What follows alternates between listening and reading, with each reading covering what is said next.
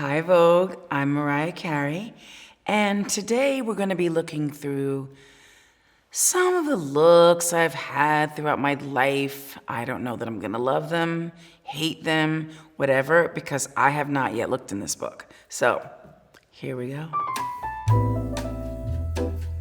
Okay, first look, let's see. This is me as like a 20-year-old girl accepting my first Grammy. I know that I was very wrong for the earring choice, but whatever, I'm not gonna disrespect the moment because I'm winning my first Grammy. Yay! And I actually do like the hair. I like it. It's curly Raya. Oh my gosh. The reason I'm saying that is because it's me with my puppy from back then. Her name was Ginger. She was amazing. That's what I noticed most. Also, Chanel gave me all these amazing two-piece runway numbers, and I love them. And by the way, somebody stole that out of my closet, FYI. But I know that I had this outfit and a black and white Chanel suit that I lived for them. So I'm looking around where are my freaking Chanel suits? And how dare they have stolen them? Find them! Somebody find them, bring them back, because I will be pressing charges. Okay, next look. Okay, so it's festive, first of all. This is me when I put out my first Christmas album. Merry Christmas, very creative. You know, there's the whole MC, Mariah Carey, Merry Christmas. No, I don't love everything about the ensemble, but the moment, the feeling, the vibe was there.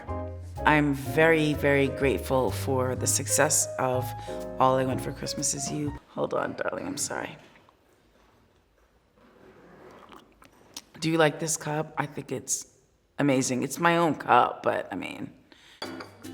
So, next look. This is the fantasy video behind the scenes, because I don't even think I've seen this picture until just now. I actually think this is a cute picture, and I'm gonna say it. I am wearing jean shorts and a black hoodie. I wish I could wear those shorts again.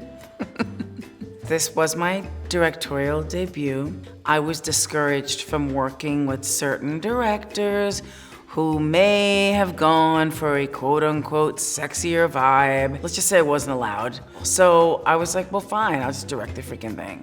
It's a roller coaster ride. It's a lot of things like that. There's really no concept for the video. So this is Honey. This is me on the beach in Puerto Rico. And it was the first time I got to do a video that I really wanted to do and had fun and, just got to be me.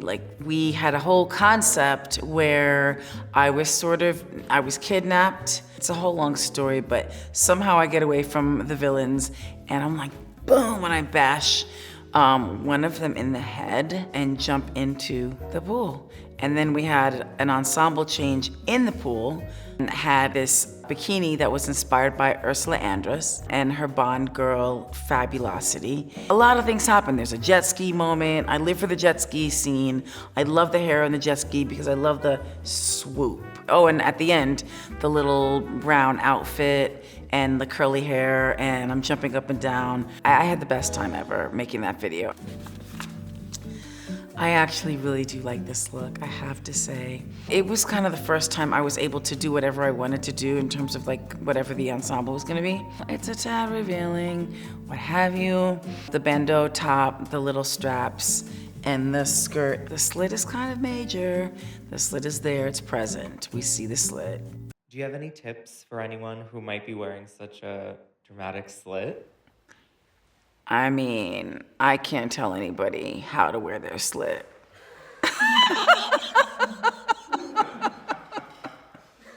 Sorry. And I don't care what they do, frankly. I was living for the moment, okay? I was living for the butterfly moment. You can tell that I'm actually happy. It was a new moment, it was freedom, it was not being controlled by anybody.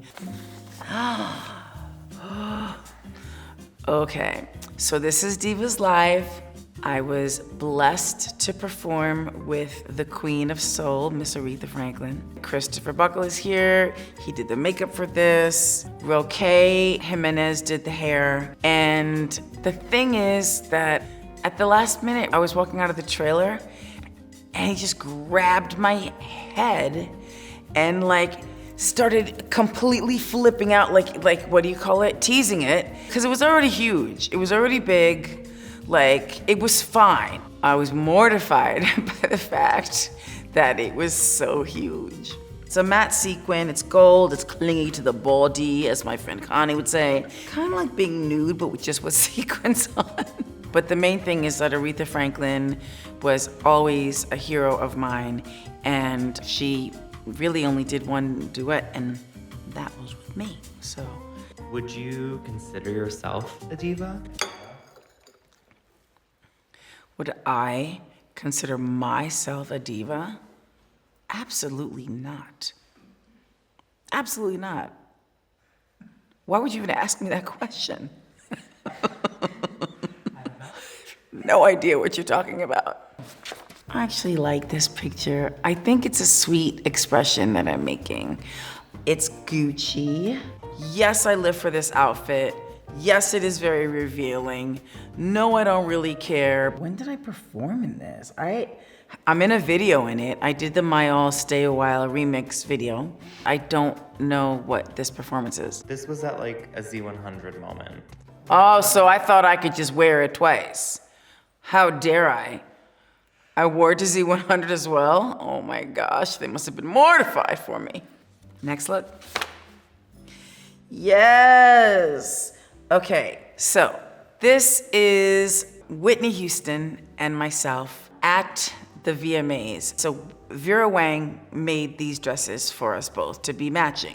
So we could be matching, but like have a little bit of a different thing, right? And we were opening the show with this bit, which was supposed to be like, well, here's my thing. And she's like, well, look at mine. You know what I mean? Like we're like having like a faux competition of the look. So my dress, naturally, didn't show up, right? I had a police escort for the dress. Let's put it that way. Do you still have this dress? You know somebody stole that one too. See, it's the jeans thing. Well, I love this photo. It's what some people would call the iconic jeans with the top cut off. And they were my favorites, and really because they're not squeezing your waist and giving you a roll that one doesn't need. So, you know, just kind of, I thought it was flattering to the buttocks. But I did do this on the spot that day when we were shooting Heartbreaker. I was just like, and there they went. I think this is a signature Heartbreaker era look for me. And I might add, because there might be a few designers watching, people ripped that off. Like, no pun intended, because the top was ripped off the jeans. But they stole the freaking thing and I didn't make a red cent. This is the cover of my album Rainbow, which was shot by David LaChapelle, one of my favorite people. This is not like special effects, blah, blah, blah, whatever. Was not done in post. He had an artist spray paint my actual body to the wall twice, because it's on the front and the back. Yeah, that was what was going on there. This is one of my favorite all-time photographs. It is of me and Miss Diana Ross. Basically, Donatella made me two dresses. They were for me to decide which one I liked better to wear for this Divas Live. I guess there was like a wardrobe issue, but somehow it ended up where Miss Ross wore my dress. And that was like the most flattering thing ever. She wanted to wear the silver one, so the silver one she wore. And you know, somehow someone stole this one too. I don't.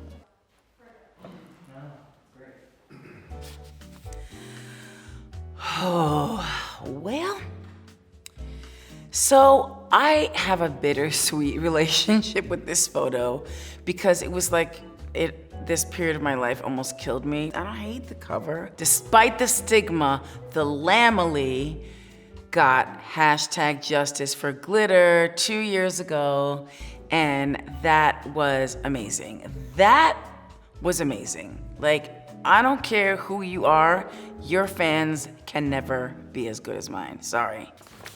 So next look, next layer of my life. This is the emancipation of Mimi.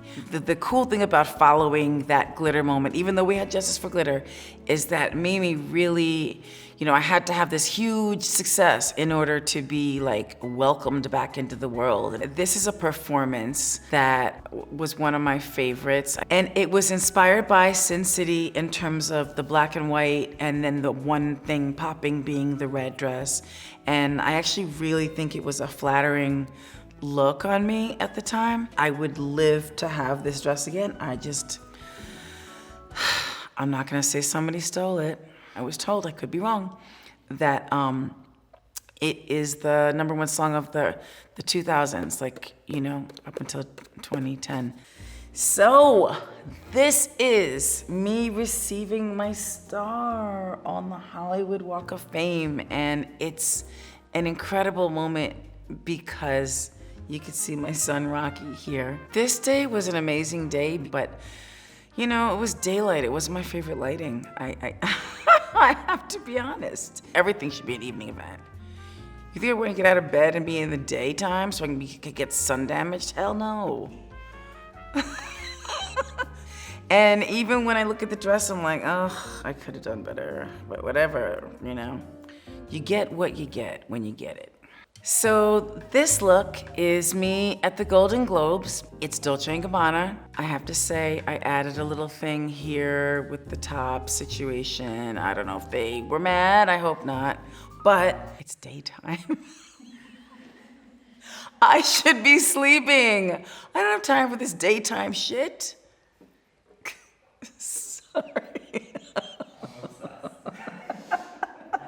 So, this next look is from my latest Christmas special, Mariah's Christmas, The Magic Continues, and this is one of my favorite gowns ever. And it was a 60-pound train. If you watch the Apple special, you will note that there are several men holding it, strong men holding the strain, picking it up and walking with me. The beading is why it's so heavy.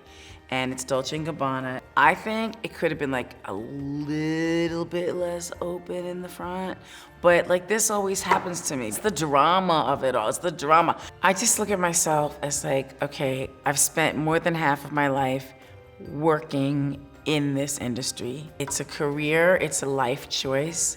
It's not always easy, and you just have to be devoted to it, dedicated to it. And sometimes, if you're lucky, you get a good look or two. Well, Vogue, I thank you so much for having me. I hope you enjoyed my looks, and I'll see you next time.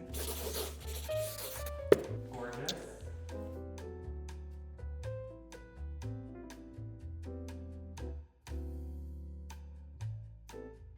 Ginger, she did have an altercation with Jack, my first Jack Russell, and I don't want to say what happened, but he did something to her that was not nice. So she ended up kind of needing an eye patch type thing.